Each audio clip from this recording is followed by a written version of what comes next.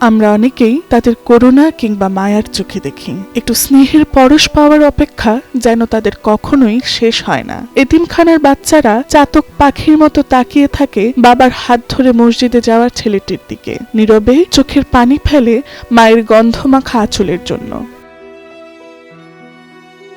ঈদ সবার জন্য আনন্দ নিয়ে আসে না। কারো কারো জন্য এটি দুই বেলা খাবার আর দানের দেয়া নতুন কাপড়ের পাশাপাশি সমুদ্র সম শূন্যতা নিয়ে হাজির হয়। প্রতি বছর এতিম বাচ্চাদের নিয়ে লেখালেখি হয়। রমজান মাসের ইফতার, ঈদের নতুন কাপড়, ভালো মন্দ খাবার, সবকিছু নিয়ে কেউ না কেউ তাদের পাশে এসে দাঁড়ায়। চোখের পানি মুছে দেওয়ার জন্য অনেকে থাকে, তবুও ঈদে তাদের কোনো আপনজন থাকে না, দেখা হয় না কোনো প্রিয় মুখের সঙ্গে। প্রয়োজন আর চাহিদার টানাপোড়েনের মাঝে মুখে ফুটে ওঠে স্পষ্ট অভাব আর রিক্ততা।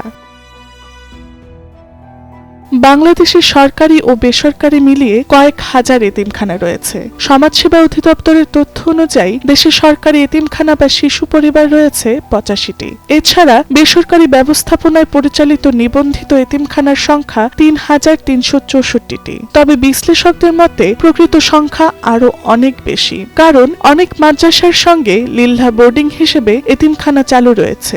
সরকারি শিশু পরিবারগুলোতে প্রায় 9,500 এতিম শিশু লালন পালন করা হয়। জরিপ অনুযায়ী এই এতিমখানাগুলোতে প্রায় 48 লাখেরও বেশি এতিম শিশু রয়েছে। এই এতিম বাচ্চাদের মধ্যে কারো বাবা মা কেউ নেই, কারো মা কিংবা বাবা আছে, তবে তারা কোথায় আছে তার হদিস নেই। কারো বাবা মা দুজনে থেকেও নেই। অভাবের সংসারে একটি মুখের খাবার কমানোর জন্য পরিবার স্বজনদের মধ্য থেকে ছিটকে পড়ে অনেক শিশু।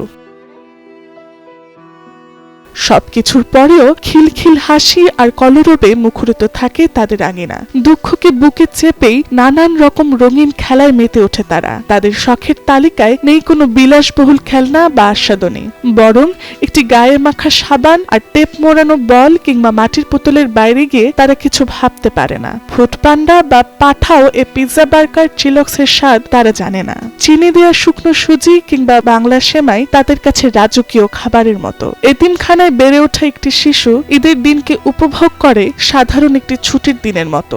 এই দিনে তার মন খারাপের মাত্রা আরো বৃদ্ধি পায়, প্রিয়জনের মুখ আরো বেশি মনে পড়ে, আর সেই প্রিয়জনের কাছে যাওয়ার ঠিকানা হয়তো তার জানা নেই। Tasnuva Sanjida, Times today.